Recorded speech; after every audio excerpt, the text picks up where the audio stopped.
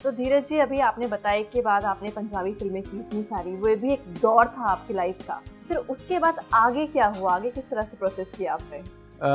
पूनम, पंजाबी फ़िल्में जैसे मैं बता रहा था अभी कि 21 फ़िल्में मैंने कर ली। अभी 21 फ़िल्में 3 साल में अपने आप में एक रिकॉर्ड होता था। लेकिन फिर मुझे ना इस बात का एहसास होने लग गया, भाई ठीक है, I have enjoyed this mini stardom, उसे मिनी स्टारडम कहेंगे। तो मिनी स्टारडम को मैंने एन्जॉय तो कर लिया है, but what is my goal ultimately? Ultimately I have to conquer many more heights in life. ज़िंदगी में उड़ान जो है अभी बहुत करनी है, आसमान को छूना है।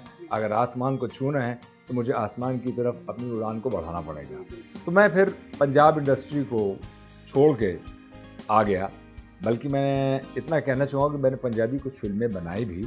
मेरे एक प्रोड्यूसर साहब थे सरदार जसवंत सिंह, वो मेरे साथ एक फ़िल्म बना रहे थे शेरपुत्र। तो उन्होंने मुझसे कहा कि भाई धीरज कुमार जी, आप ना प्रोड्यूसर बन जाइए। और मैंने कहा प्रोड्यूसर के थ्रो बन जाइए, पैसे नहीं, कुछ नहीं, पैसे दे बड़ा प्रोड्यूसर बनता है कोई। तो तब तक मेरी ठेठ पंजाबी हो गई थी। कहती थी पैसे दे की गल कर दो, पैसे पूसे मैं ला देंगा, तुसी एक्टिंग कर दो, ਤੁਹਾਡੇ एक्टिंग के पैसे ऐसे दियांगा नहीं, तो तुसी फिल्म से थोड़ी इन्वेस्टमेंट हो गई। मगर सरदार साहब ये बिल्कुल आप ठीक कह रहे हैं, तो चलिए मैं करूँगा। तो मैंने 2-3 फिल्में हमने बनाई। हाँ, प्रोड्यूसर वाली जर्नी का एक बीज जो है वो आ गया था। तो फिल्म बनाई थी हमने जिसमें मेरे बहुत अच्छे मित्र थे संजीव कुमार साहब। तो मैंने उनसे कहा, उस समय शोले लग चुकी थी। तो मैंने संजीव साहब से कहा कि हरी भाई, एक फिल्म बना रहा हूँ पंजाबी की, तो उसमें काम कर रहा हूँ। वो की कर रहा हूँ मैं ਉਹਦੇ अंदर। मैं क्या संजीव भाई बहुत मजाक करते थे। मैं संजीव भाई, हरी भाई बस काम करना है, गेस्ट आर्टिस्ट है आपका 2-3 दिन का। और वो गेस्ट आर्टिस्ट 2-3 दिन का करते करते करते मैंने 20 से 21 दिन उनसे शूटिंग करवाई। और उसका नाम रखा फिल्म का फौजी चाचा, यानी कि ultimately title role Sanjeev Kumar ने प्ले किया।